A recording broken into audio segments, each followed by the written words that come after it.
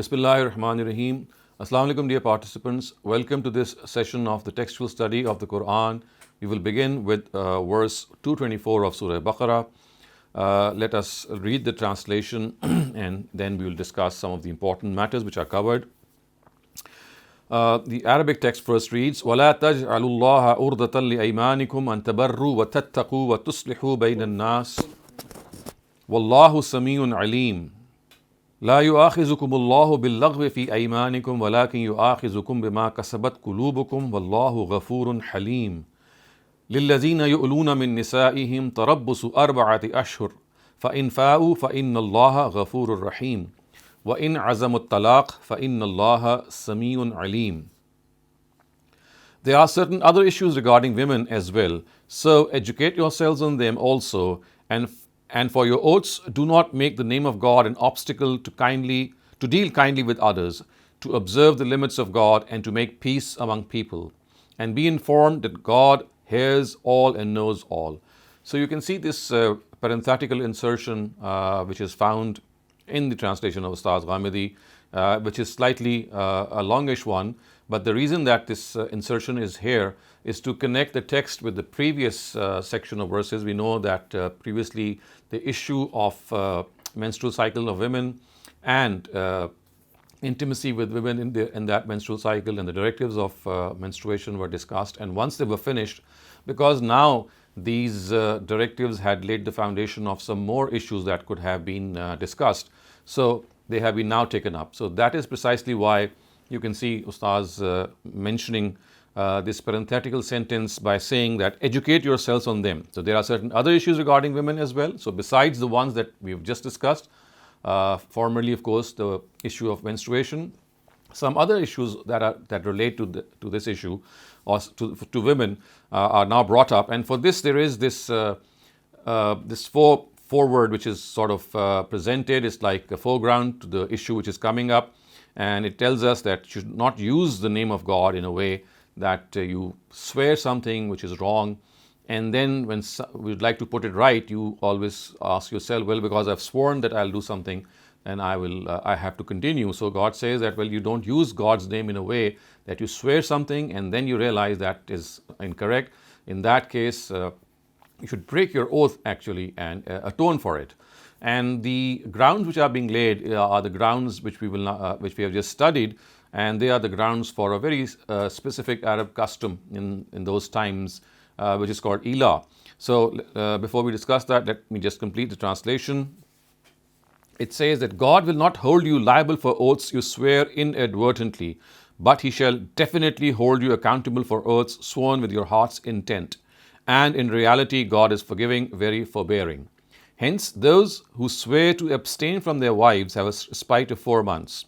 Then if they change their mind, God indeed is forgiving, ever merciful. And if they decide to divorce, they should do so while fearing God, because God hears all and knows all. So the first thing which is mentioned before the ELA directives are discussed is that you should only the oaths which are sworn advertently with intention, they are the ones regarding which people will be held accountable.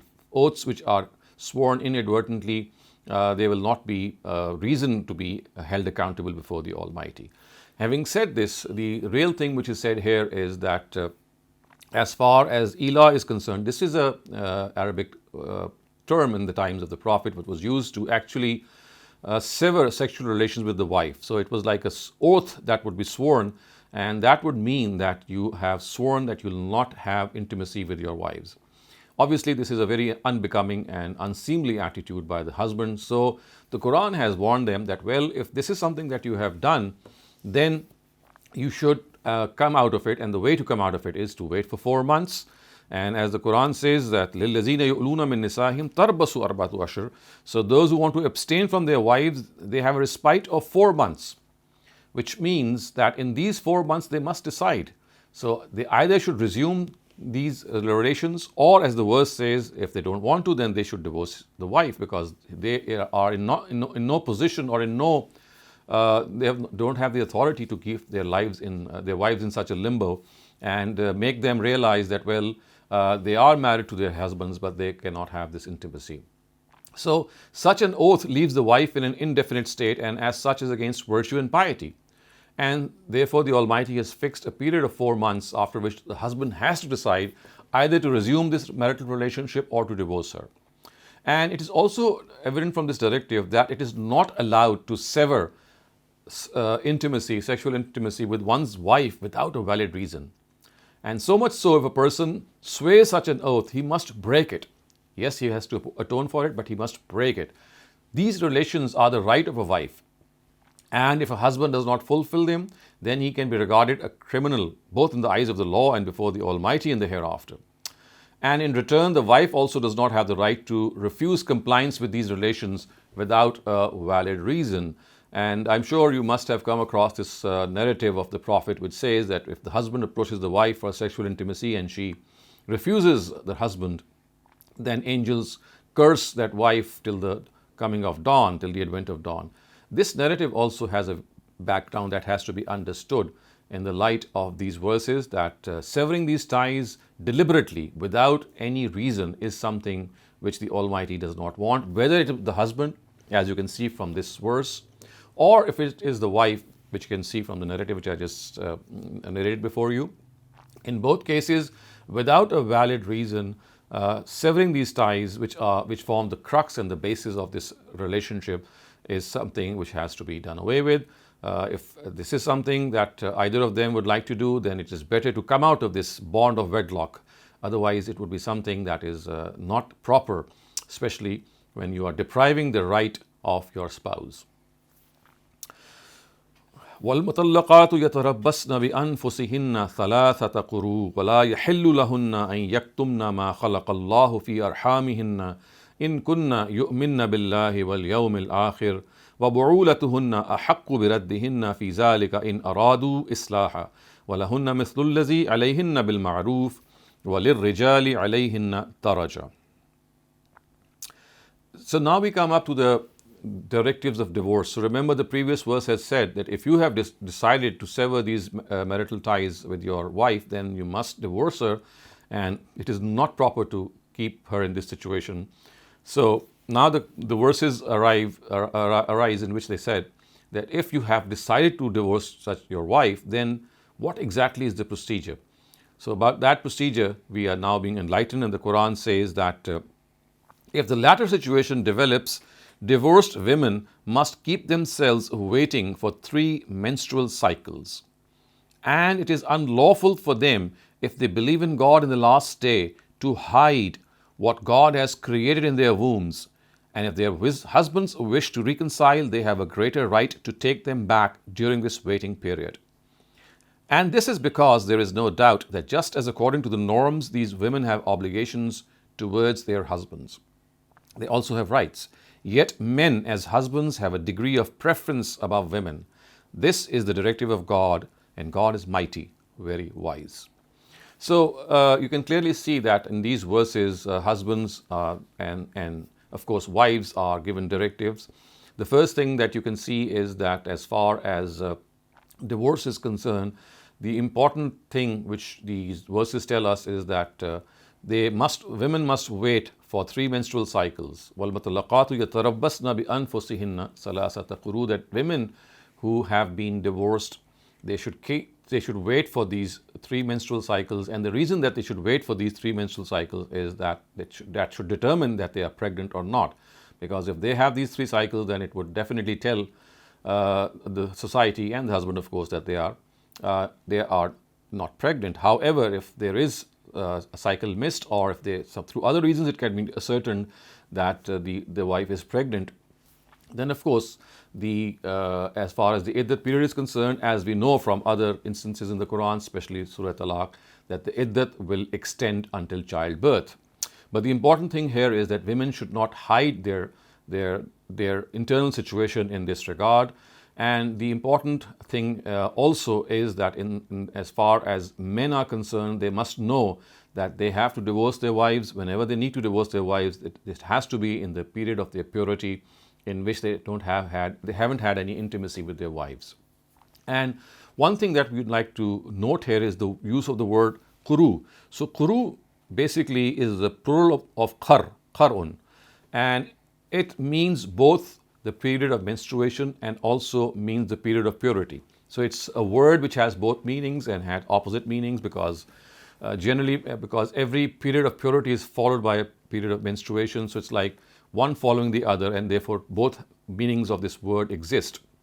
However, Ustaz Ghamidi and his predecessor, Ustaz Amin Hassan Islahi, have preferred that the word qar should be interpreted as menstruation. It could have been interpreted as period of purity as well.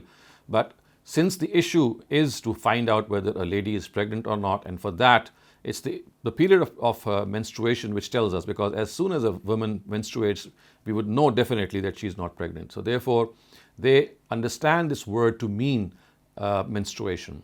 And hence it is said that they should wait for 3 menstrual cycles. And of course, وَبَعُولَتُهُنَّ أَحَقُّ بِرَدِّهِنَّ فِي ذَلِكَ إِنْ أَرَادُوا إِصْلَاحًا, as the Quran says, that in this waiting period, if husbands want, they can return, they can ask for their wives to come back to them, they can revoke their decision, and the wife would be with them, of course, as a result. But if the period expires, then the two will stand legally separated. And also, as you can clearly see, the fact is that in this regard, the beauty of these Quranic verses is that they end on a very, very precautionary note and a very, very important note, and that is وَلَهُنَّ مِثْلُ الَّذِي عَلَيْهِنَّ بِالْمَعْرُوفِ. That is, that just as according to the norms, these women have obligations towards their husbands, they also have rights. So you see, the important thing that we have to understand here is that divorce and the pre-divorce scenario, in which marriage, of course, is something which is going along, both these periods of life, they have rights and obligations. As married couples, both have rights and obligations, and if they decide to call it a day, if they are to end this relationship, then of course, again, the rights and obligations of both have to be kept in mind. But the Quran has made this point here, وَبَعُولَتُهُنَّ أَحَقُّ بِرَدِّهِنَّ, of course, the fact that the husband can return the wife in this iddat period, because he's the head of the family. And also he says that لِرِجَالِ عَلَيْهِنَّ دَرَجَةٌ, that husbands have a degree of authority or superiority over women. It's not a general statement here. It's like saying that because of the fact that they have been regarded as the head of the family, so here they have to be also accorded this status, and therefore, being the head of the family, they are the ones who are given this authority to untie the knot of marriage as well. And we will study this verse in a couple of, it's just a verse which is down the surah, which says that بِيَدِهِ أُقْتَةُ النِّكَاحِ, which tells us that the husband has tied the knot and now it is in his hands to untie the knot as well, meaning that divorce has to be initiated by the husband, whether he himself intends to divorce or whether the wife asks divorce. In both cases, both have an equal right to divorce, of course, but the initiation of divorce will take place from the husband. And therefore, these words, لِلرِّجَالِ عَلَيْهِنَّ دَرَجَةٌ, they tell us that men as husbands have a degree of superiority, and this superiority, of course, is not in any way to be understood by way of superiority of gender. That is not the case. It's just a superiority mentioned here vis-a-vis the responsibility. So certain responsibilities which husbands have, and in particular, since divorce is being discussed here, they are being told, and society is being told, that as husbands, they have the right to give divorce. And if a wife asks divorce from the husband, then he was also, if there is no reconciliation possible, then he is liable to give it. And the final words are, Wallahu Azizun Hakim, that this is the directive of God, and you have to follow this directive because God is mighty and wise. And it says, الطلاق مرتان فإمساكم بمعروف أو تسريح بإحسان ولا يحل لكم أن تأخذوا مما آتيتموهن شيئا إلا أن يخافا ألا يقيما حدود الله فإن خفتم ألا يقيما حدود الله فلا جناح عليهما فيما افتدت به تلك حدود الله فلا تعتدوها ومن يتعدى حدود الله فأولئك هم الظالمون. This divorce can be pronounced twice during the period of a marriage. After this, retention should be with honor or sending off with kindness. And if the decision is to send off, it is unlawful for you to take back from them at this instance anything you have given these women, unless both of them fear that they may not be able to keep within the bounds set by God. Then if you people also feel that they will not be able to remain within the bounds set by God, then there shall be no offense for either of them regarding the things given by the husband, if the wife seeks divorce by returning them to him in ransom. These are the bounds set by God, so do not transgress them. And you should know that those who transgress the bounds of God are in fact the unjust. So this is a very important section of the Quran which actually describes the nature of this divorce. It tells us that one divorce is sufficient, one pronouncement of divorce is sufficient. However, such a divorce in which you are authorized to take your wife back or revoke that divorce within the iddat period, the Quran says, at-talaqu marratan, you have this opportunity twice only. So if in your life the situation arises that you divorce your wife and you take her back within the iddat period, before the iddat period expires, then this would be one instance. And this can happen a second time also if in future this instance arises that there is a difference of opinion, or there is a deadlock and the husband thinks that the wife has to separate, or the wife thinks that she has to separate. Whatever the case, if the husband gives the divorce a second time, then he has one more chance of revoking it and taking back the wife within the iddat period. However, if this happens for the third time, then he cannot take her back, and that is something which we will discuss in the next verse which is coming up. But before we go to that verse, let's see what these verses that we have just studied, they tell us. The first thing that they tell us is that it is absolutely not lawful for the husband at this time of divorce to take back any gifts or the dower or anything that he has gifted to his wife, which normally is the case in many marriages, that especially when the wife seeks divorce, then she is obligated, or it is made mandatory upon her to return the gifts that she has taken from her husband, or even the meher amount. So the Quran is absolutely clear here that whether it is the husband who is seeking divorce or giving divorce, or whether it's the wife who is seeking divorce and therefore on account of that the husband is divorcing her, in these normal circumstances, so to speak, it is not valid at all to take back the dower amount, the meher amount. Remember, this meher is something that we've discussed, has to be paid at the time of marriage. It is a token of the fact that the husband has taken the authority of financially supporting the wife. So it's in the fitness of things that it should be given at the time of marriage. On most occasions it is not, but as I said, this is what the Quran says. The spirit of marriage is it should be given at the time of marriage. So that is what is meher all about. And also, not only that, but also any gifts that he has given the wife during that period of marriage are also not valid for him to take them back. And if this is not valid for him to take them back, then also it has to be understood that if you do this, this would be something which is against the dictates of the Quran. But the Quran gives one exception here, which we can see that I just read out, and that is that if the husband wants to divorce and the wife also wants to get that divorce, both mutually agree that divorce is the only option and they would be going for that, but the husband is not divorcing his wife simply because he has gifted such large amounts of property or wealth or assets to her that he thinks that if he divorces his wife, he will lose these assets because he has gifted them to his wife and now they are in his name. So on such occasions, the Quran says that if the wife, in order to appease her husband, she gives back some of the gifts which were in the first place not allowed for the husband to take back, because this is not what the Quran says, but only in this exceptional situation when both of them would like to separate. But the only reason for the husband not going forward with the divorce is that he has gifted a lot of assets to his wife.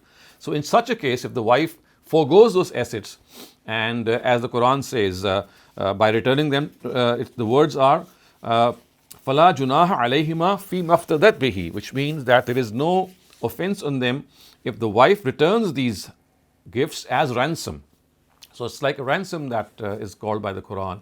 So in such a case, a wife, if she returns her gifts, that is fine. But as is generally the case, that in most countries, or in most third world countries at least, we know that whenever a wife seeks divorce, it is erroneously thought that she has to return every single amount that was given to her. Even the dower is to be returned, which is absolutely not the case. So neither the dower nor the gifts have to be returned. The only exception here is that if the divorce is not taking place because of the gifts that the husband has given her, then she can give back, and it's okay for the husband to accept. And there's, of course, one more instance or one more exception to this, which is in Surah Nisa, and that is if the wife is guilty of any sexual misconduct. In that case, if she has, as the Quran says, fahishat mubayyana, if she has committed adultery or of things of that sort, then of course the gifts that have been given to her can also be taken back. Except for these two situations, absolutely there is no question of any dower or gift that was given to the wife to be taken back at this instance of divorce. Now we go on to the next verse, which will actually tell us that what will happen if this divorce is given the third time. Remember, the two divorces or the two instances in the lifetime of a person could have arisen in which he can take back his wife within the iddah period. However, if the iddah period expires, now they are two independent human beings, men and women. They are free to marry. They can choose one another once again. They can remarry, or they can choose someone else. So now they are like free individuals. But within the iddah period, this opportunity of taking back the wife by the husband or given to the husband is only twice. It's just a two-time opportunity. So now the Quran is telling us what will happen if he divorces his wife for the third time. So now he cannot take back his wife within the iddah period. But if they want to marry, then this is something that they have to, there is a procedure laid out which they must follow, and this procedure is now outlined by the very next verse. It says, فَإِن طَلَّقَهَا فَلَا تَحِلُّ لَهُ مِن بَعْدُ حَتَّى تَنْكِحَ زَوْجًا غَيْرَهُ فَإِن طَلَّقَهَا فَلَا جُنَاحَ عَلَيْهِمَا أَن يَتَرَاجَعَا إِن زَنَّا أَن يُقِيمَا حُدُودَ اللَّهِ وَتِلْكَ حُدُودُ اللَّهِ يُبَيِّنُهَا لِقَوْمٍ يَعْلَمُونَ. Then if a husband, after revoking divorce twice in the same marriage bond, divorces his wife for the third time, she will not be lawful to him now unless she weds a husband other than him. But if the second husband also divorces her, it shall be no offense for the first husband and wife to return to each other if they think that they can now keep within the limits set by God.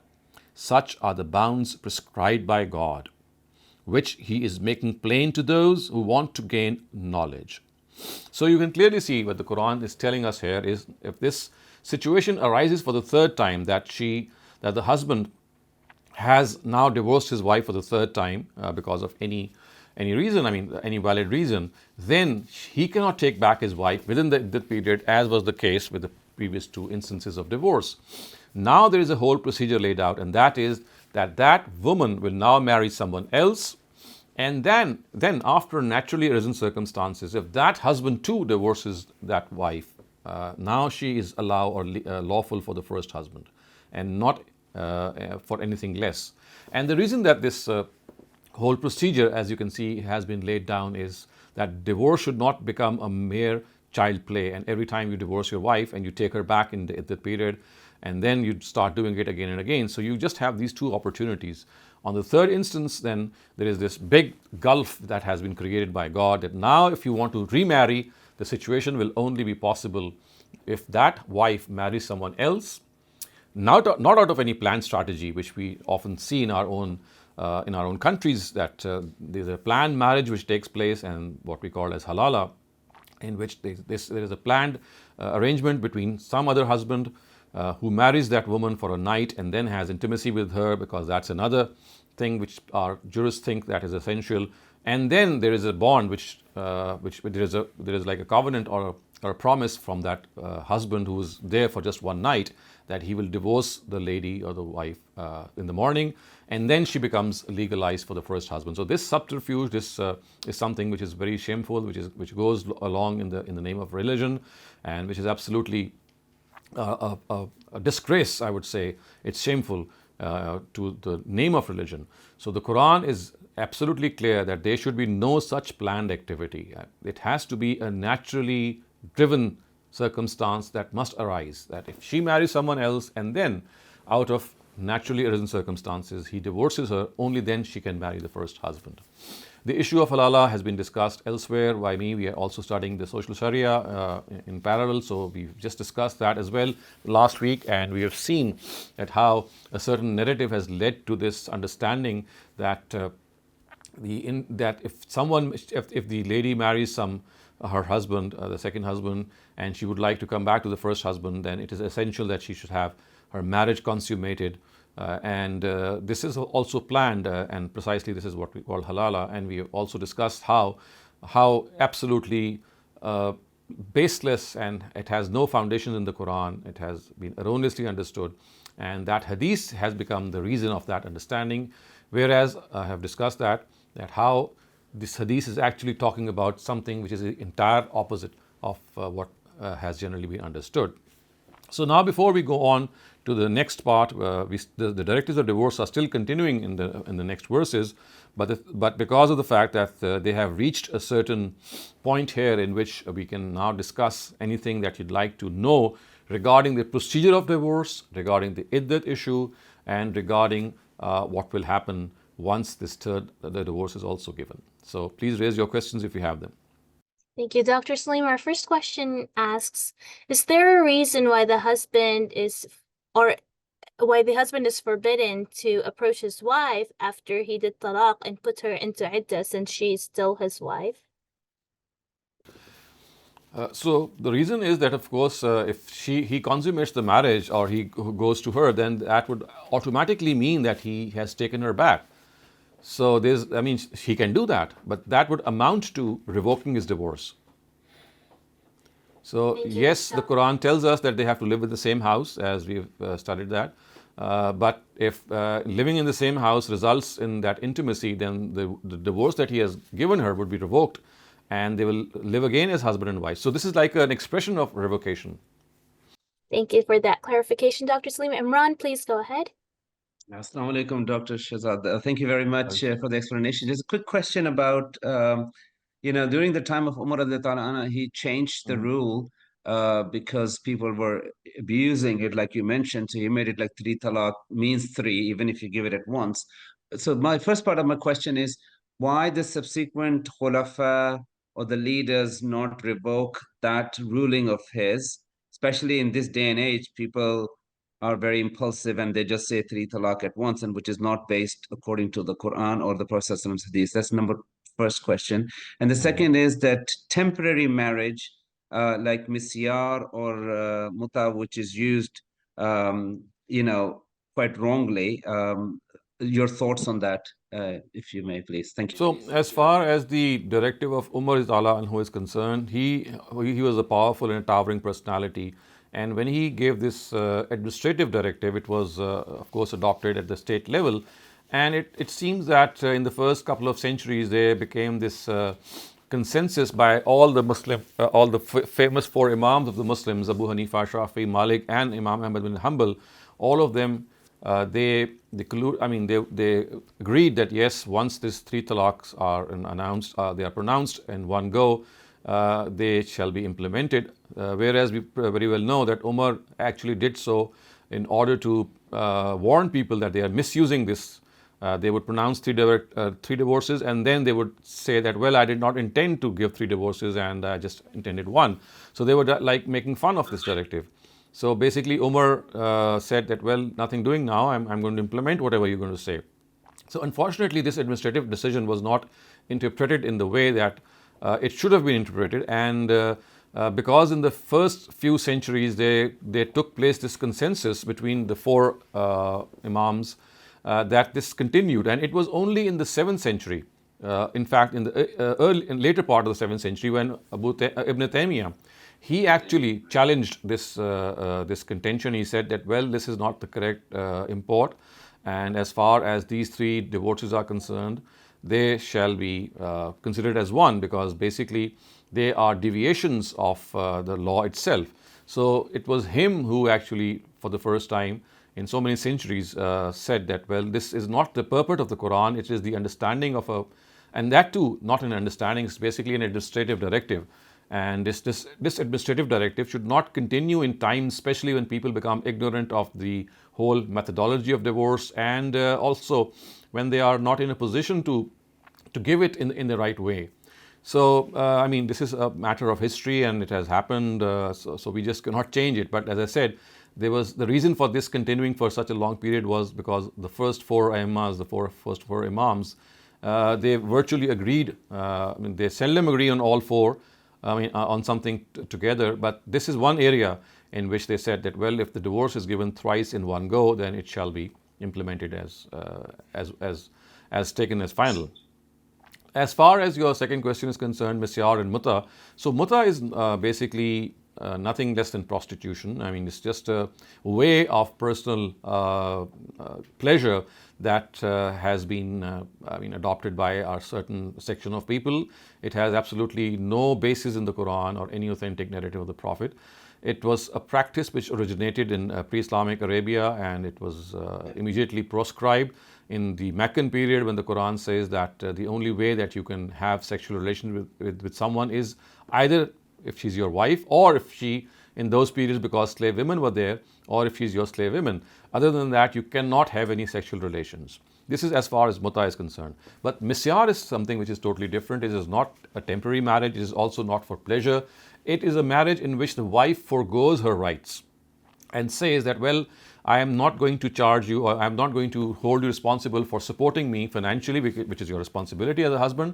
I have enough of my own. All that I need is companionship. So I forgo this right that your obligation to me, that you support me. I'm going to support myself, and so therefore, if you just provide me with your companionship, that is fine with me. So this is like a situation in which certain rights are in this way forsaken by the wife herself, and this does take place in the world, and the reason for that, of course, is understandable, that many a time women who are maybe very wealthy, or maybe they are very talented, or there could be other reasons, they don't find a suitable match, and they, as a result, settle for this compromise that they either become a second wife of a person and don't put any obligation on him, or, as I said, even if they are not second wives, they are first wives, first wife of someone, they would just say that, well, we just want this companionship and we would not like you to support us. So that is what is misyar, and that is perfectly okay, I think, and in a lot of situations it's a solution to a problem. But muta, as I said, is something which is absolutely proscribed, prohibited, and very earlier on in Surah Ma'arij and Surah Mu'minun, which we know are all Meccan surahs, it has been said that any sexual relationship with the wife can only be through marriage, or, as I said, in the case of the Arabia of those times, just with slave women. But as far as today is concerned, because there is no issue of slavery left, so therefore sexual relations can only take place with the wife, and as I said, they have to be through the agency of nikah. And that is why we find that in our pre-Islamic times there are two separate terms for women who would indulge in muta. So the women who would take place. If any union would take place because of muta, then that person or that woman would be called a mamtua. So mamtua is a woman from whom this muta has taken place. But on the contrary, women with whom nikah would take place were called mankuha. So mamtua and mankuha. So the only possible legitimate relationship with someone, with a woman, is through nikah, and your wife would be called a mankuha. Mamtua is something which is absolutely prohibited. Thank you very much. Dr. Shehzad, you mentioned that most of the rights that the men have in the family are because they are the provider, like ar-rajalu qawwamun 'ala nisa, but also we read it today, they have the right to divorce and their right to take back and all these things because they are the provider in the Islamic law. But if a wife, due to whatever reasons, whether she needs a husband or she is, like you said, is self-sufficient, if she is able to take care of everything, then the question arises, then the husband still carry the same authority that Islamic law provides him. Yes, he does, because you see, this is not just one reason because of which he has been accorded this authority. It's not just because of financial obligation that have been imposed on him. So the Quran actually spells out two reasons for this position of head of the family being accorded to the husband. It says, ar-rajalu qawwamuna 'ala nisa, men have been made head of the family, guardians of women, bima faddalallahu ba'dahum 'ala ba'd, because they are more blessed or more superior to them in this respect, to take this position as the head of the family. بِمَا فَضَّلَ اللَّهُ بَعْضَهُمْ عَلَى بَعْضٍ, because in this particular area, to take a decision and to be a person who can drive a family or conduct a family, men generally, so of course there are exceptions, men are more suitable for this task. This is one reason. And the other one is وَبِمَا أَنْفَقُوا مِنْ أَمْوَالِهِمْ, because they are financially liable for their wives. So it's not just financial liability which makes them or which gives them this authority. It is being suitable for this job as well, psychologically, physiologically, and you can say as a male gender. So these are two reasons. However, having said that, I mean, if there is an agreement in which a wife would like to say this, that, well, I mean, you end up with a separate agreement between a husband and wife, and you say that, well, in such a case, divorce, the right of divorce will be given to me. The wife says that whenever I would like divorce to happen, you shall not refuse. That is absolutely fine, and I think that is what today is also the need of the hour. That if women would like to seek divorce for any reason, they should still follow the proper procedure. They would ask the husband to give that divorce, and the husband should not dilly-dally in any case or in any way. Yes, there could be some reconciliation time given, like for example, a couple of months. But if after this reconciliation time, there is no possibility of any reconciliation, then on the demand of the wife, the husband is bound to give that divorce. So I think if this procedure is followed, which is in the fitness of things, in the fitness of the spirit of religion, the wife will have an equal opportunity to get divorce, and the husband will only be the initiator of divorce. That is the only thing. I see. My apologies, but thank you very much for explanation. You must have read that Abdullah bin Masud could not afford to pay for his wife and the family, but the wife was wealthy. So Prophet ﷺ allowed her to give her the zakat money to Abdullah bin Masud. So, and then he was, she asked Prophet ﷺ, can I give the zakat money to my husband because he's responsible for paying for the family, and because he's poor, he doesn't spend enough money. And how would that play into the role of the women who are self-sufficient? I think we have to understand that such incidents cannot be made basis of law in any way. You see, these are situational incidents in which certain situations arise and the Prophet gives directives on account of the circumstances of that companion. In no way can such incidents become an example for making a law. They are not a precedence. The precedence has to be the Quran itself and the ruling of the Prophet. So anything which is related to an individual happening, it cannot be made the basis of an incident. Yes, we could seek some guidance from it, and that also should only be the case when we have all the details of what has happened, and if there is anything that can be beneficial, we can derive that guidance, but merely that particular instance cannot be made any basis of law. Jazakumullah khairan. Thank you very much. Speaking of misyar, Dr. Saleem, we have another question that asks, is that kind of marriage allowed in Pakistan or in any of the other Islamic countries today? I don't think it is found here in Pakistan, but I do know in certain Middle Eastern countries, or I think there is this practice allowed in Egypt and some parts of some other countries. But that is a search that you can just do on the internet and find out wherever that misyar is available. And even if it is not there, I mean, this is something that it is an agreement which is between the husband and the wife. So it's like a normal nikah. I mean, this is something which people need to get educated on by themselves, that whether there is this law or not, you don't need a law actually, because it's like a normal nikah. It's just like a normal nikah. The only difference is that on such an occasion, the husband is not going to support this wife. So it's like an agreement which is a personal agreement made between the husband and wife.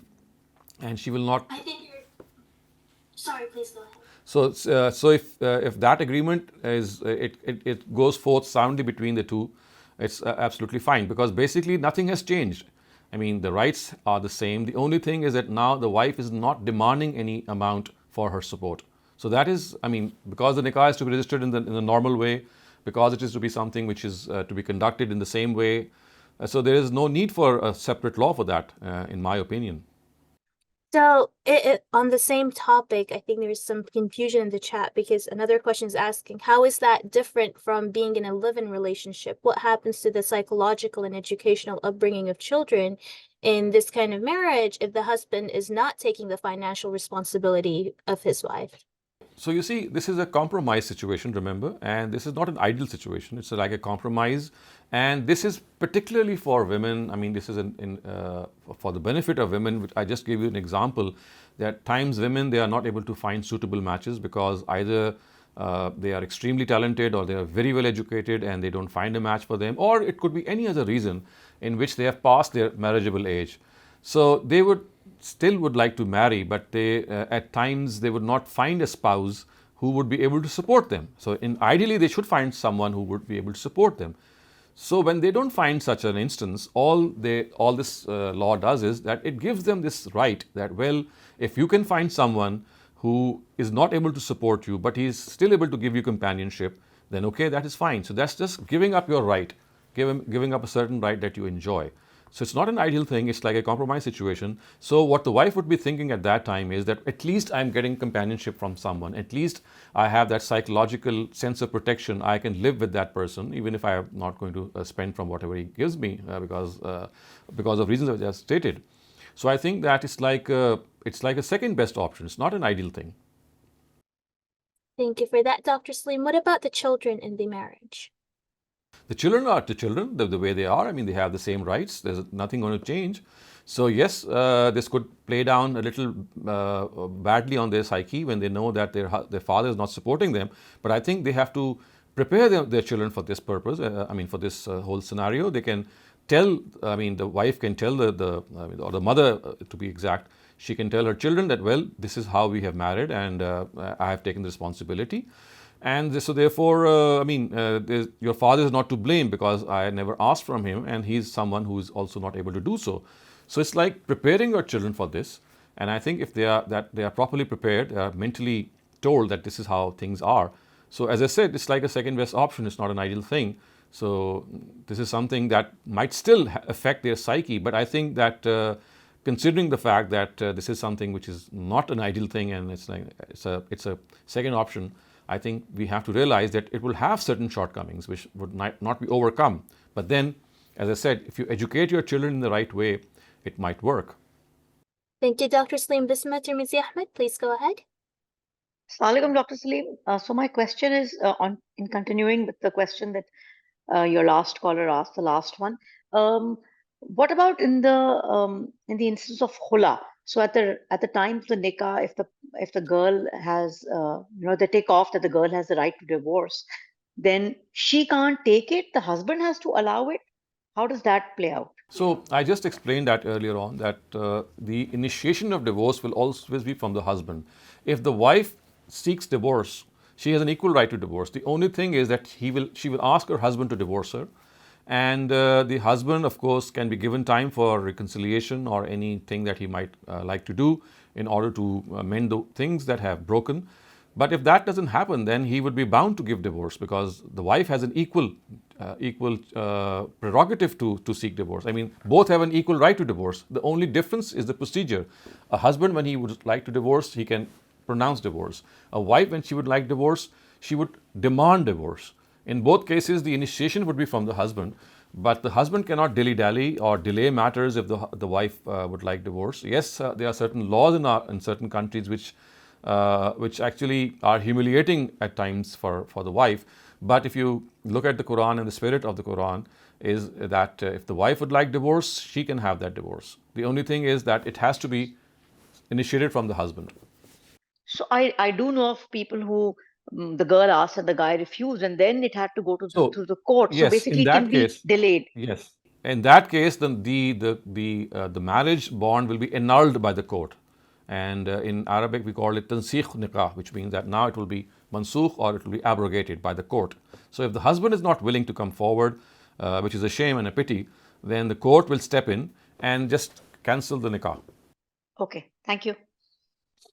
Thank you, Dr. Saleem. Another question asks, are there any evidences on kinaya, or a man telling his wife that he loves her, but he has the niyyah of talaq? I'm sorry, I could not understand or hear the question properly. Could you please repeat it? It says, are there any evidences on kinaya, or a man telling his Kinaya. wife? Yes. Or a man telling his wife that he loves her, but has the niyyah of talaq? I'm not sure if I could get the question. Is the person asking that that he would like the divorce, he would like to give that divorce, but his love for his wife is stopping him, or what exactly is the meaning of the question? Rather, he's saying that a man telling his wife that he loves her, but in his head, he subconsciously or he consciously wants to divorce her. I'm not sure what kinaya is, so I can't comment on. I mean, this is something which this could be a psychological situation that which a person might be facing, and I think he should not succumb to these psychological suggestions. If he loves her, he loves her.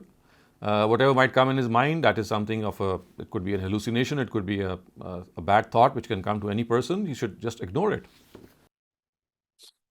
Thank you, Dr. Saleem. Shabnam, please go ahead. Thank you sir thank you Maryam sir ये जो अभी हम discuss कर रहे हैं कि right of divorce at the time of निकाह agreement हो सकता है और हस्बैंड वाइफ इक्वल राइट होंगे और हस्बैंड को देनी होगी सर अदरवाइज भी इसमें और नॉर्मल अदरवाइज भी ये इस्लाम ये राइट तो देता है वाइफ को कि अगर वो उसके साथ नहीं रहना चाहती तो उसके पास कोई भी रीजन ना हो even if she just dislikes him his face his looks तो वो he will have to give her divorce. Right. तो सर इसमें और उसमें क्या फर्क है दोनों? There is no difference. I mean, the only difference is in the procedure. So I mean, the wife cannot pronounce divorce the way a husband can. So she will ask the husband to divorce her. So the only difference is in the procedure. Otherwise, both have an equal right. No sir मैं इन दोनों का difference पूछ रही हूँ कि कोई agreement नहीं हुआ बस नॉर्मल शादी हो गई कि जो हस्बैंड का राइट है और Well, this is because in order to protect the rights of the wife, because you see different countries have different laws, and at times these laws are not conducive to the rights of both spouses.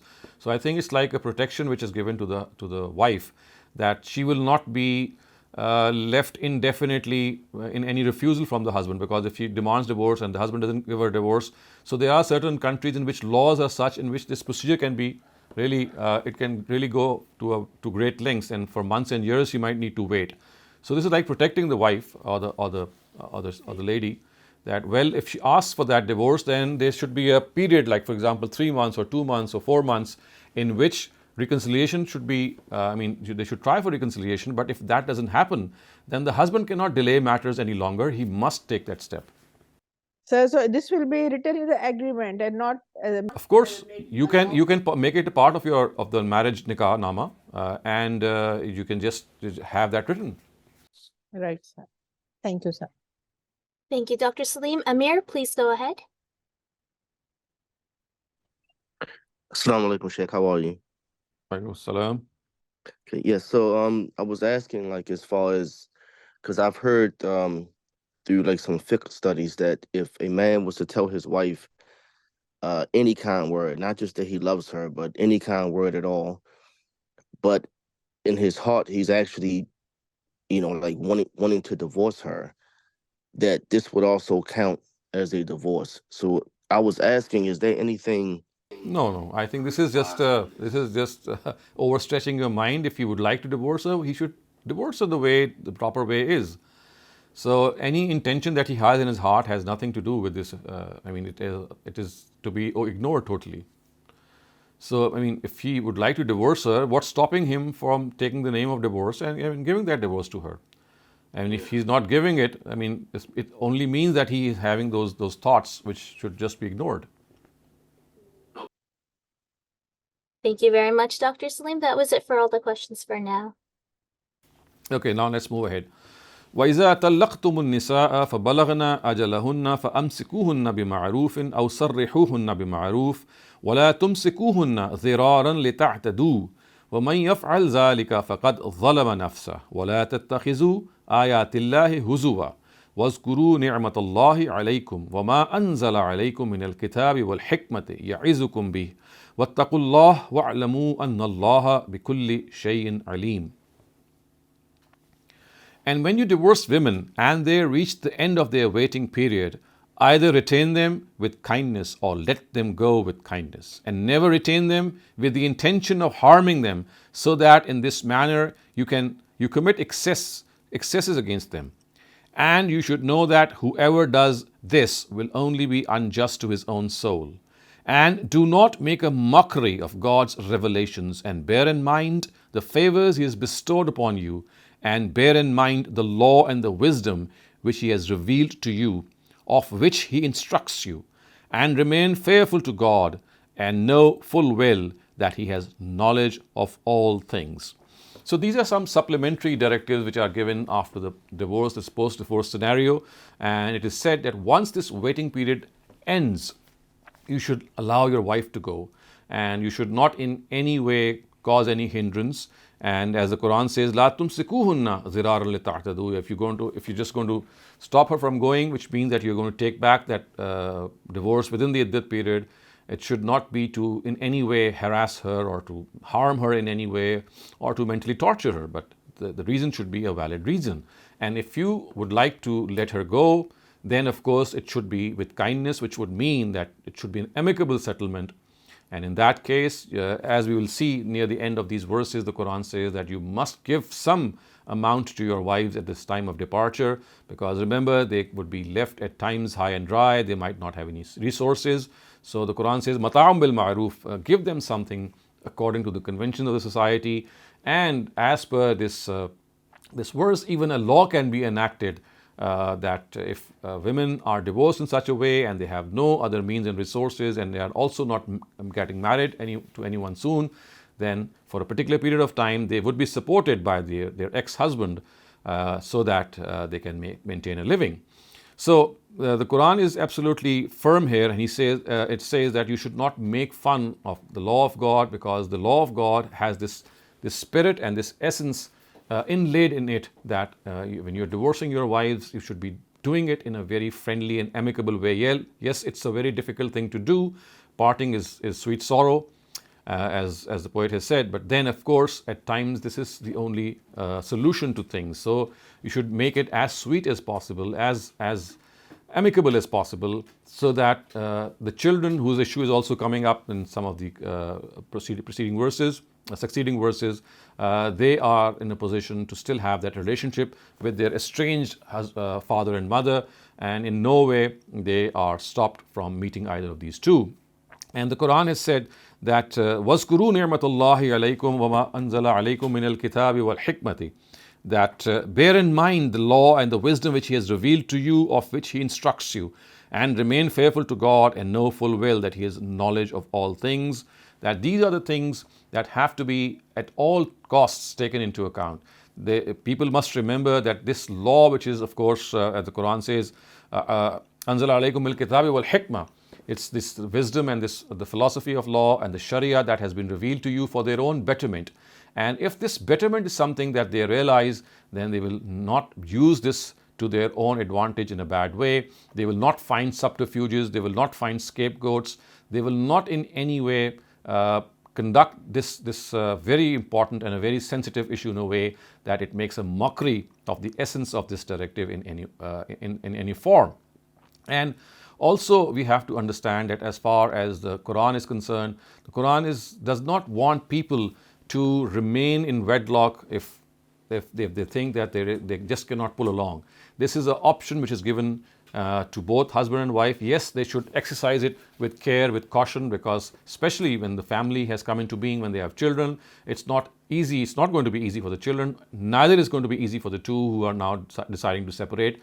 So it has to be done when you have no other option, and when you think that you will not be able to maintain that relationship. And also people must be practical and also think that, well, idealism is not the place for this world. You might think that your spouse has certain shortcomings, and you might find some other spouse in her place. But remember, if that particular shortcoming is not found in some other spouse, then some other shortcoming might still be there. So because of the fact we as human beings, we will have our shortcomings come what may. So it's always better to adjust. Only when this adjustment seems a remote possibility, or let me say that, an impossibility, only then should this step be taken. So the next verse also sounds another caution, and that is وَإِذَا طَلَّقْتُمُ النِّسَاءَ فَبَلَغْنَ أَجَلُهُنَّ فَلَا تَعْضُلُوهُنَّ أَن يَنكِحْنَ أَزْوَاجَهُنَّ إِذَا تَرَاضَوْا بَيْنَهُم بِالْمَعْرُوفِ ذَلِكَ يُوعَظُ بِهِ مَنْ كَانَ مِنْكُمْ يُؤْمِنُ بِاللَّهِ وَالْيَوْمِ الْآخِرِ ذَلِكُمْ أَزْكَى لَكُمْ وَأَطْهَرُ وَاللَّهُ يَعْلَمُ وَأَنْتُمْ لَا تَعْلَمُونَ. And when you divorce women and they complete their waiting period, do not hinder them now from marrying their future husbands when they agree to deal with one another mutually according to the norms. These words of advice are given to those of you who believe in God and in the last day. This only is more decent and a purer way for you, and in reality, God knows and you do not. So you see, once again, a caution is sounded that once your wife is legally separated from you, the divorce has been done, the iddat has finished and expired, now she's a free soul, she can marry anyone. But if she decides to marry, your honor or your overblown honor, let me say, should not in any way stop that wife from marrying any future husband. That would be something which is really, really a problem that may arise because of that male ego that people might have. But the Quran says, the فَلَا تَعْدُلُوهُنَّ يَنْكِحْنَ أَزْوَاجَهُنَّ. So do not cause any hindrance if they would like to marry again. You see, this was something which was rampant in the Arab society, and it is still rampant in many, I would say, feudal societies, in which a husband, when he divorces his wife, he would like that wife not to marry anyone, because he thinks that, well, if she's married me and now she's separated from me, she should not marry anyone else. The Quran says this is absolutely unfair. You don't have this right. If she would like to marry, you cannot stop her, because she's a free soul once you have divorced her, and you should not take this pretext that because she was my wife, now she cannot marry any other person. So the Quran has taken exception to this, and today also we have to learn this lesson, that if we are now not in a position to remain together as husband and wife, and if the two are separating legally, then in no way should our ego step in and stop the wife from marrying someone else. And the Quran is absolutely clear here. And the Quran has said that ذَلِكُمْ أَزْكَى لَكُمْ وَأَطْهَرُ, that these words of advice which are being given to you, they are given to you because they are أَزْكَى لَكُمْ وَأَطْهَرُ. They are for your own purification, your inner purification. Remember, every directive of religion, the purpose of every directive is this inner purification. And the Quran has stated this in very, very, very assertive terms, that ذَلِكُمْ أَزْكَى لَكُمْ, that this is something which is more decent for you and something which is more purer for you. And if at this instance you are not realizing the wrong that you are doing, then bear in mind, وَاللَّهُ يَعْلَمُ وَأَنْتُمْ لَا تَعْلَمُونَ, that God knows and you do not know. So make a note of this. So next we are coming up to the directives which relate to the infants, which are of course as a result would be affected by the divorce. So in that case, especially infants which are being breastfed by the wife, what exactly are going to be their directives? So we are just going to see them now, and that is وَالْوَالِدَاتُ يُرْضِعْنَ أَوْلَادَهُنَّ حَوْلَيْنِ كَامِلَيْنِ لِمَنْ أَرَادَ أَنْ يُتِمَّ الرَّضَاعَ وَعَلَى الْمَوْلُودِ لَهُ رِزْقُهُنَّ وَكِسْوَتُهُنَّ بِالْمَعْرُوفِ لا تكلف نفس إلا وسعها لا تضار والدة بولدها ولا مولود له بولده وعلى الوارث مثل ذلك فإن أراد فصالا عن تراض منهما وتشاور فلا جناح عليهما وإن أردتم أن تسترضعوا أولادكم فلا جناح عليكم إذا سلمتم ما آتيتم بالمعروف واتقوا الله واعلموا أن الله بما تعملون بصير. And after divorce also, mothers shall suckle their offspring for 2 years, for those who desire to complete the term. And the child's father in such a case will have to bear the cost of their food and clothing according to the norms. No one should be burdened beyond his means. Neither should a mother be harmed because of her child, nor a father because of his child. And his heir shall be responsible in the same way. Then, if they both decide on weaning by mutual consent and consultation, there is no blame on both. And if you decide to engage someone else to suckle your offspring, there is no blame on you, provided you pay the mother what you promised her in accordance with the norms. And remain faithful to God, and bear in mind that God is seeing what you do. So these are the directives that you can see have come up because of the fact that if the divorce is given in a situation that the mother is suckling a child, and now that the father has divorced her, what are the rights of the wife, and how is the child going to be treated in this way? So we have to understand that it is the responsibility of the divorced wife or the divorced lady to suckle her offspring for 2 years, as this verse says, in case the husband wants her to complete the total suckling period. So the suckling period is basically 2 years. So they can settle for less than that, but if the husband wants that 2-year term should be completed, then the wife should comply. Now, during this period, it is the responsibility of the father, as these verses say, to provide his divorced wife with food and clothing, keeping in view the norms of the society. Which, in other words, means that the status of the husband has to be kept into account. So the needs of the divorced wife and her own status shall also be kept in consideration while providing for her. So neither of the parties shall be burdened beyond their capacity, as these verses say. So a mother shall not be harmed in any way by taking advantage of the fact that she is the mother of the child, nor the father be unduly pressurized in any way on the pretext that he is the father of the child. And if the father of the child is dead, of course that could be happening, his heirs will be responsible for all the above mentioned rights. وَعَلَى الْوَارِثِ مِثْلُ ذَلِكَ are the Quranic words that the heirs are responsible for this. Now, if through mutual consent and consultation the estranged husband and wife decide to terminate the suckling period before 2 years, they can do so. This is something which can happen. And if the child's father, or in his absence the heirs of the child, want to have the child suckled from some other lady instead of the mother. Remember, this is also an option, and this was something very common in Arabia of those times, that foster mothers would step in and they would take care of the suckling of the child. So the Quran says that if the father a father, or in his absence the heirs of the child, would want the child to be suckled from some other lady instead of the mother, then they are authorized to do so, provided that what has been agreed with the mother regarding her maintenance is fully honored. So in this situation, if the mother is not suckling the child, remember, and some other woman has stepped in as the foster mother, but she's not doing so, in that case, it is essential for the father to provide for her during that suckling period, because he will have to maintain her, because it was her responsibility, and that responsibility is now being taken away from her. So in that case, she must be provided for this whole thing.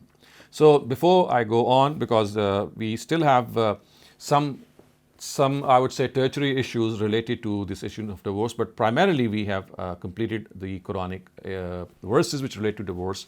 If you have any questions regarding what we have studied, please raise them now. Thank you, Dr. Saleem. Shabana Ansari, please go ahead. अस्सलाम वालेकुम। Walaikum assalam. Doctor साहब, वैसे तो इसमें है कि हाउलाइनी कामिलीन के पूरे इसकी ये सकलिंग पीरियड जो है पूरे 2 साल है, लेकिन कुछ लोग जो है पता नहीं वो मैंने सुना हुआ है जो कहते हैं कि बेबी बॉय के लिए तो 2.5 साल और बेबी गर्ल के लिए 2 साल, तो ये कहाँ से मतलब चीज आ गई है? जब This is absolutely baseless. I mean, this has no foundation. It is 2 years, whether the infant is a boy or a girl, regardless of the gender of the child, it is 2 years.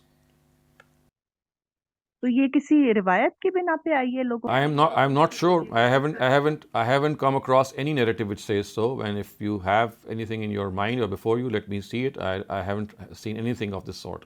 But even if there is a narrative, it's totally against the Quran. Or there could be some other details which that narrative might be having. Otherwise, the Quran, regardless of gender, is saying that the period of suckling, if it has to be completed, if the term has to be completed, it has to be 2 years. जी, मैंने भी बहुत सुना हुआ है, लोगों से यूं practice करते हुए देखा हुआ है, तो मैं इसीलिए पूछ रही थी कि अगर आपको कोई इल्म हो तो। Okay, thank No, nothing in my knowledge. Thank you. Imran, please go ahead. Yes, thank you, Dr. Saleem. Just a quick question about the birth of a boy versus a girl. The aqiqah is something that was practiced by Arabs even before Islam, and they used to do it in a way where they would have the two, like sacrifices or qurbani for the boy, and for the girl it would be one. and Prophet continued it. But of course, in our cultures, that's the way it is continued. And some scholars say that it was just a sacrifice, like it could be one and one. But most of the scholars like two for the boy, one for the girl. But I want to know the wisdom, whichever the ruling you agree to that, why is it two for the boy or one for the girl? Well, first of all, there's nothing in the Sharia which stipulates that a boy should, when a boy is born, you should be giving two goats for sacrifice. This was basically Arab culture of those times. The Arabs used to do this. They would feel more happy at the birth of a boy for some reason. I mean, of course, the reason was understandable because they would think that someone is born to them who will now be support for them in their land cultivation, in protecting them for security purposes. So because of the fact that the son would be doing these functions, so they would be more happy. So it's more of an Arab culture. And that culture was something which the Prophet respected, and he did so. I mean, we do know that. But as far as the Sharia is concerned, this distinction can be done away with at any time because it has nothing to do with any such thing. And also times have changed drastically. I mean, the reason that you are happy for a boy is equally the same as you are happy for a girl. So, I mean, there is no restriction that you should not reverse this thing because, as I said, it does not belong to any religious directive. It's more of a cultural aspect and a cultural festivity. And in fact, today, if parents feel more happy at the birth of a girl, they can just reverse and give two goats for a girl and give one for a boy. I'm just for the sake of saying. Otherwise, as I said, this is not a directive of the Sharia. It is basically, you have to understand that the ritual of animal sacrifice that we do at the birth of a child is a ritual in which you are thanking the Almighty. It's an expression of gratitude from ourselves. And that gratitude is expressed through this animal sacrifice, and the meat of that animal is distributed among poor people and the underprivileged for this reason. So I think this is the essence. The rest is all culture. Whether you do 1 or 2 or 5 or 7, that is immaterial. Thank you very much. Thank you, Dr. Saleem. That was it for all the questions. So I'm not going to go forward. So if we have any off-topic questions, we can take them as well. Bismat Tirmizi Ahmed, please go ahead. So, Dr. Saleem, the Akika is not a must. You can celebrate in other ways also. Or is it a must to sacrifice the goats? It's more of a cultural thing then, right? So first of all, the word Aqiqah was not approved by the Prophet. And when someone said that he would like to celebrate Aqiqah, he said, Ana la uhibbul uquq. Because you see, the ancient custom of Aqiqah was that they would sacrifice a goat or an animal and then sprinkle the blood of that animal on the forehead of the infant, and they would think that this would protect that infant from evil spirits. So this is what happened in pre-Islamic times. So the Prophet said, well, if you have to do something, all that you can do is you can offer your gratitude by offering animal sacrifice, and that is all. So the important thing is that this Aqiqah itself, I mean, as long as it is confined to animal sacrifice, it is something that can be done. But again, that is not an obligation. You can have other practices, you can adopt other means of thanking the Almighty because of the fact that this was something, I mean, when you spill the blood of an animal, it's like a token of your expression that today I'm sacrificing this animal, but tomorrow if my own life is needed, I would be there as well. So it's like a pledge that you are giving the Almighty, and also at the same time expressing your gratitude at the birth of a newborn. So this has not been made an obligation. It's like something, if you would like to do, it's fine. If you don't do, it's okay. But it is something which is recommended. But in that case, as you said, that if you would like to express your gratitude through some other means, that is also something that can be done. But one thing that I can add here is that this ritual of animal sacrifice or Aqiqah, which is done at the birth of a newborn, what is added to it is that haircut or shaving the head of the infant. That has nothing to do with religion at all. I mean, this is something purely medical or hygienic maybe that you would like to do, but it is not part of any religious custom. Are you serious? Because all our lives, that's what we've heard, that the child's hair has to be shaved off. So that's not part of religion. That is not part of religion at all. That is something that you can do. You can abstain from doing it. You can I mean, it could be medical reasons, because you see, if you shave off the head of the child at an early age, it is said that the hair get more healthier at the second time. So that could be a consideration. Other than that, it's not a religious requirement at all. Wow, okay, that's good to know. I didn't know that. Thank you. Shaban Ansari, please go ahead. Doctor साहब, तो इस अकीके में इतना तवातुर कैसे आ गया कि ये रस्म जो है इसको There is no such tawatur. I think you'll find that tawatur in our subcontinent. I mean, we do understand this, that it takes place mostly in our subcontinent. Otherwise, the fact that you have to shave off your head is something which is absolutely alien to religion. And another reason could be because this is something which is practiced in two big countries like India and Pakistan, that we generally think that this is what's going on in other places as well. वो जो India में बलि करना या वो वाली चीज को आप कह रहे हैं? No, I'm talking about shaving the head of the newborn, and thinking that you have to sacrifice 2 goats for a boy and 1 goat for a girl. This has become such a norm in these two. लेकिन आया तो ये उधर ही से आया ना, आप कह रहे हैं कि रस्म उनकी थी, अरब्स की थी ये रस्म. Yes, the Arabs used to think that by sprinkling the blood of that animal, they would be protecting that newborn from evil spirits. तो वही मैं पूछूं ना कि वो उधर तक कैसे आ गई, मतलब बड़े सगीर में लोगों तक, इंडिया पाकिस्तान में ये कैसे आ गई है? Because you see, the Prophet said that if you want, you can sacrifice the animal. I mean, he did not stop. He said, well, if you would like to express your gratitude, don't call this aqiqah. So you see, the words of the Prophet are, Ana la uhibbul uquq. I don't like this word uquq or aqiqah. Yes, the remaining part of the hadith is that if you'd like to sacrifice an animal to thank God, then it is fine. So you see, this is how it started off. But one thing is that people thought that it had become obligatory, mandatory. So that is something which has to be done away. It's not a mandatory part. And secondly, they think that, as I said, shaving off the hair is part of that animal sacrifice. That has nothing to do with animal sacrifice. That's a cultural addition. शुक्रिया, बहुत शुक्रिया. Thank you. Shabnam, please go ahead. हाँ sir, मुझे marital relations के बारे में ही थोड़ी सी confusion है.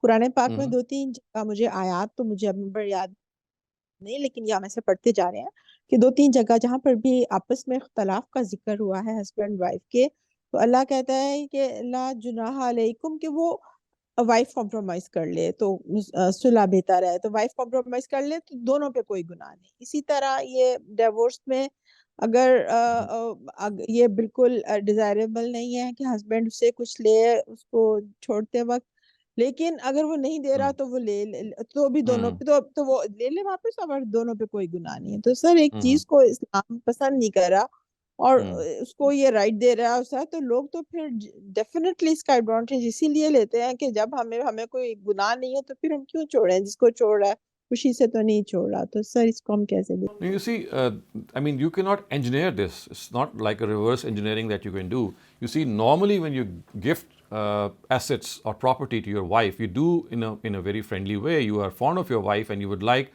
to protect the rights of your wife, and you would think that, well, if I pass away, there should be something in the hands of my wife. So it's not a planned activity. It's always done with love and affection that the husband would do this. But you see, because of the fact that in spite of what you plan, there could be a situation that arises in which you maybe need to get separated from the husband, or the wife would like or demand divorce, because that's an option that can arise in future. So God says that, well, if this is what is stopping the husband from giving divorce, and the wife also wants divorce, then because it was made, it was prohibited upon the husband to receive back any gifts at the time of divorce. But if this is what the situation is, that both want divorce, and simply the husband is not giving that divorce because he has gifted so much wealth and property and assets to the wife, that he would think that by divorcing her, he would lose these assets. So in such an exceptional case, she can let go of these gifts. So this is like an exception that is being given or treated by the Quran. Otherwise, you see, right sir, ये होती तो बहुत misuse है ये permission जो है. और sir यही हम उसमें भी यही देखेंगे कि जहाँ पे अल्लाह कह रहे हैं कि मतलब वाइफ अपनी कुछ राइट्स के ऊपर कॉम्प्रोमाइज कर ले तो दोनों पे कोई गुनाह नहीं, मतलब अलहदा That is in the case of meher. So the other area in which this is mentioned in the Quran is in the case of dower. That if the wife settles for a lower dower, then of course, I mean, if she settles for a certain amount and the husband is not in a position to pay that, sir it's not a matter of डॉवर, उसके rights के वो husband के साथ वो रहना चाहती है तो वो दूसरी वाइफ के पास जा रहा है, इसको टाइम और बजट जो उसको जो अमाउंट दे रहा है उस पे वो कॉम्प्रोमाइज कर ले जो राइट्स हैं उसके. no, this is not mentioned in the Quran anywhere. I mean, this is a option which is given to the wife, and anyone can have this option, but it's not mentioned in the Quran. As I said, the other area in which this la junaha alaykum comes, the mention comes, is in the case of dower. You can see this in Surah Nisa. However, as I said, if you're talking about misyar or if you're talking about other things, it's like foregoing your rights. Right, sir. Right, sir. Right, sir. Thank you, sir. Thank you. I get it. Thank you. Thank you, Dr. Saleem. We have a longer chat question, so bear with me. This one asks, why should we pray 5 times a day or do any of the 4 pillars of Islam if a person is following the commandment in Surah An-Nahl, they're quoting Ayah 90, which Allah says He orders justice and good conduct and giving help to relatives and forbids immorality and bad conduct and oppression. And so on. And so similarly in a different verse in Surah Taha, Allah says that there is no God worthy of worship except for Him, so worship me alone and establish prayer for my remembrance. So based off of these, why should we remember Allah those specific 5 times of those 5 times, specific 5 times in the days and in a specific way? So you see, you have to understand this, that God has given us a regimented form of religion in which He wants to follow certain laws, because you see, human beings are prone to extremes. If you don't give laws in worship affairs, in worship rituals, either a person will end up doing nothing at all, or he'll become so, so extremist in this regard that you'll find him forsaking this world and just ending up in a forest and living there and not thinking of his rights and duties. So you see, this one's relationship with God is something which is inherently found in us. We have this inclination to connect to our Creator in some way or the other. And if the right way is not informed of, then a person will end up either very superstitious, because you see that vacuum is still there.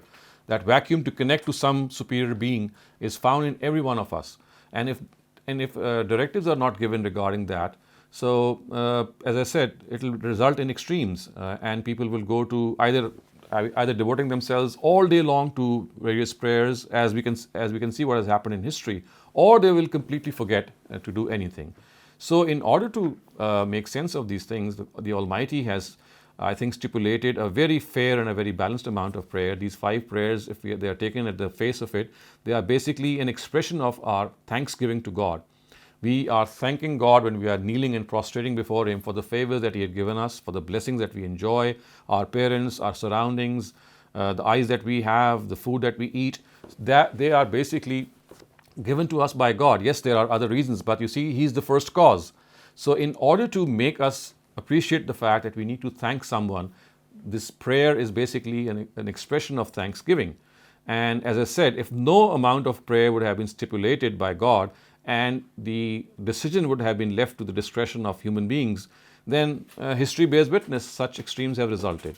So I think it's very fair that an amount was given, and it's not just the prayer. We have also been ordained, or we've been asked to fast, for example, 30 days. It could have been 15, it could have been 40, it could have been any amount. But this is like God, who knows human nature. He knows that, well, 30 fasts in 365 days and 5 prayers in 24 hours, they are the best optimum way in which you can connect to God. So not only has He stipulated this amount, He has also stopped us from going beyond this amount. And if you go beyond this amount, it would be regarded as optional, it would be regarded as your personal expression of thanksgiving, but this is like which is mandatory upon you. So I think there is wisdom in this. Thank you, Dr. Saleem. Really quick question. Is khula and or giving wife divorce or a wife giving divorce, is that the same thing? So remember, khula is a word which has not been used anywhere in the Quran. It's just a construct which has been made by our jurists and scholars. The only word which the Quran uses is talaq and divorce. And the reason that our jurists call khula, they give this term khula, is that they would want to create a distinction between the divorce which is given by the husband and the divorce which is sought by the wife. So the divorce which is given by the husband is called talaq by them, and the divorce which is sought by the wife is called khula by them. But practically they amount to the same thing. I mean, basically the word which the Quran uses is divorce. So there is essentially no difference. The only thing is who is giving which sentence at which time. Thank you very much. Dr. Saleem, could you share with us or give us some reading material or sources where we can, read? Alhamdulillah, you have given very good explanations, and being here in the States, you hear from different scholars, Arabs and non-Arabs, and so a lot of these things are clarified, instead of what we get culturally from Pakistan and stuff. So that was very helpful. But I would love to know, if you could share with us some resources, some reading material, where to look out for explanations and such. Thank you. Of what particular thing? Of divorce? In the Quran, when you read, and questions come, how to, because of course some people go and they read the tafsir, and sometimes they just are not really targeting questions that arise these days, and I think it's important that we ought to know, that we could read something ourselves, and something we can benefit from your experience and your reading experience in the past. Well, I think because there are a lot of misconceptions about our social issues, two things that might benefit you. One of them is Ustad Ghamidi's book Maqamat, which is also in English by the name of Selected Essays of Javed Ahmed Ghamidi, in which he has explained some of these issues like inheritance and divorce and mutual relationships between Muslims and between non-Muslims. So these are contemporary issues that he has dealt with. So that is one thing that might be of benefit to you. Another thing is a book that I have written, which is called Common Misconceptions About Islam, in which misconceptions related to the Quran, the Hadith, the Sunnah, all these affairs that we have been discussing, like divorce and, for example, mutual interaction and the sense of clothing, etc., etc. They are discussed. They might be this might be useful for you. And other than that, as I said, that the best thing is that whenever a question comes up, if these sources are not enough, if you're not satisfied with the tafsir that you're looking for, it's always good to consult scholars that you trust. You have a book, well, thank you very much. You have a book on Bible as well, selected verses. I mean, what does that focus Right. on? So that focuses on biblical verses which are in conformity with the Quran and which basically give the same message as the Quran, and which can be thought of as God's message, not in His own words, but in a different language. But it is so close to the Quran that you can you can find how God spoke to earlier prophets in similar way, in a more detailed way, maybe at some instances, and in a more you can say in a more detailed tone than He has done in the Quran. Thank you very much, Jazakumullah. Thank you, Dr. Saleem. Asif, please go ahead. Assalamu alaikum, Dr. Saab. So maybe I have missed out this part. When the waiting period for a woman, and if she's pregnant, and in the modern world, we know that sometimes the fatherhood of the child can be known earlier than that. Then Right. the waiting period will be finished there and then, or still they have to wait for 4 months? No, it's not 4 months. It's up to childbirth. If the lady is pregnant, then the waiting period, the Quran says, is until childbirth. So when the child will be born, yes, Sorry. So if the child's fatherhood is known, then yes. still have Even still then, have to wait till- yes, even then, because you see, in that case, it would become very awkward that the lady is nurturing the child of a previous husband, and now she's getting married to a new husband.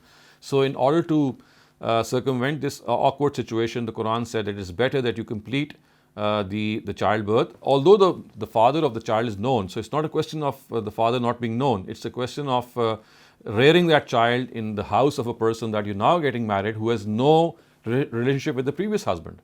So the Quran has given this opportunity to the wife that she can now take care of the child until he is born and then get married. Okay. Thank you, sir. Thank you, Dr. Saleem. How much alcohol is acceptable in a cold medicine? As long as that alcohol is a solvent, which means that it is basically a solution in which the other chemicals are being housed, it's fine. And of course, such medicines are basically expectorants. They are basically cough syrups, etc. As long as you're using them for medicinal purposes, it is fine. But if you start using them for other purposes, and of course that would be a misuse. You see, in all medicines, alcohol is used to the extent that is essential for that solvent to exist. So as long as as long as they are there, it's fine. But if you start using that expectorant or that syrup for other purposes like getting intoxicated, then that would be wrong. Thank you, Dr. Saleem. If a man pronounces divorce, even if his wife isn't around him, will this still count? Well, it depends. If the wife has not received it, and how can it count? If the wife is not there to receive it, or maybe later on he has conveyed it, that would be another question. But if he just pronounced it, we will ask the husband that what was the problem with you? Why didn't you give it in front of her? So you see, this is like a situation that has developed, and it can only be commented upon when we have all the details. That why did this? This is out of the ordinary. Why would a person give divorce to someone who is not even there? Thank you, Dr. Saleem. Bismillah Tirmizi Ahmed, last question of the day. Please go ahead. So Dr. Saleem, my question to you was, why is it that Islam is it's said that it spread on the strength of the sword when all other religions as well did? Like Christianity, there were so many crusades. Hindus also fought wars. Why is it almost like gaslighting? Is there some mention in the Quran where it says that you can? Why is it so popular, this notion? This notion is so popular. Yeah, because you see, after the departure of the Prophet, the Sahaba, they attacked the Persian and the Roman empires, the two greatest empires which existed in those times, and they conquered them. So that is why people think that Islam was spread by the sword. However, we have given a different interpretation of this, and if you would like to know about it, we've discussed it several times, that basically it was the mission of the Prophet Muhammad and of the previous prophets also in their own times. When people who are deliberately guilty of denying the truth, they are punished for this denial. So it was not that they were attacked for any expansionism policy or to conquer people for the sake of conquering them.